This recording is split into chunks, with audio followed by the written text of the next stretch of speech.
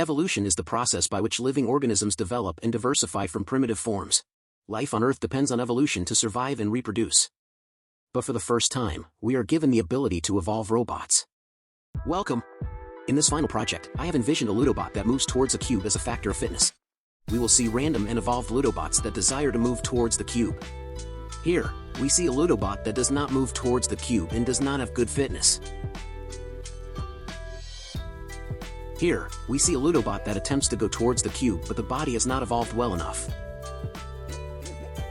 This Ludobot seems to be going in a circular path as it has not evolved a brain good enough to traverse directly towards the cube. It is seen to go close to the cube, but since the fitness is bad, it keeps walking away from the cube. This Ludobot seems to be moving very slowly, and since it is not evolved yet, there is not an attempt to move towards the cube and sort of jitters away from the cube. This is another example of a bad Ludobot as it does not achieve its goal of moving towards the cube. Finally, this non-evolved Ludobot is moving away from the cube since it has horrible fitness. This is a pure form of what it means to not evolve and not meet the fitness criteria. We will now see Ludobots that are evolved to acquire the goal of moving towards the cube. The Ludobot here is inching closer and closer to the cube as it has been evolved to perform good fitness. The brain for this robot is what's controlling its movement towards the cube. This Ludobot takes a faster approach to get to the cube, which means it is thoroughly evolved. It is seen to move towards the cube from the get-go.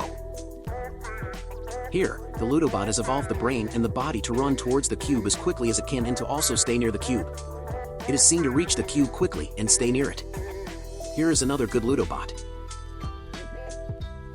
In summary, we have seen both good and bad Ludobots, so let us break down what differentiates these creatures. Here you will see various diagrams of Ludobots that mutate over generations. The body shape of a Ludobot and their brains are what change to help them move closer to the cube. Evolution occurs because the fittest Ludobots will be the ones to prevail. The fitness of the Ludobots is determined by how close they get to the cube. Over time, evolution knows which body shape a Ludobot needs to best succeed in this fitness. Evolution began to change the shape and ligaments of the Ludobot until it found the best fit.